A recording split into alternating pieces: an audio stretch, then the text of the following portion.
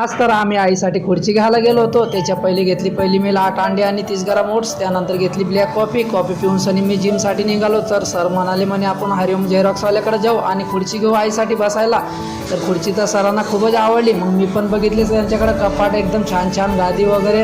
आणि इकडच्या साईडला तर तुम्ही बघू शकाल मित्रांनो, भावाकडे टीव्ही पण आहेत, लहान मोठी साईजचे सर्व टीव्ही आहेत भावाकडे. आणि मला तर देवाचे मंदिर खूपच आवडले. म्हटलं घेऊ एखादा आपल्या घरात ठेवायला, पण नंतर येऊ. आपण घरी आलो आणि आई तर खुर्चीवर बसून म्हणे खूपच बारीक खुर्ची आणली भाऊ म्हणे तुम्ही. मग मी पोचलो जिमला, बजरंगबलीचे घेतले दर्शन. आज होता बॅकचा वर्कआउट. तर बॅकचे वर्कआउटचे मी केले हे 5 वर्कआउट कंप्लीट. एका वर्कआउटचे केले 4 सेट आणि 15 रेपिटेशन. आणि शेवटी तर डेडलिफ्टचे पण 200 kgचे 3 रेप मारून घेतले.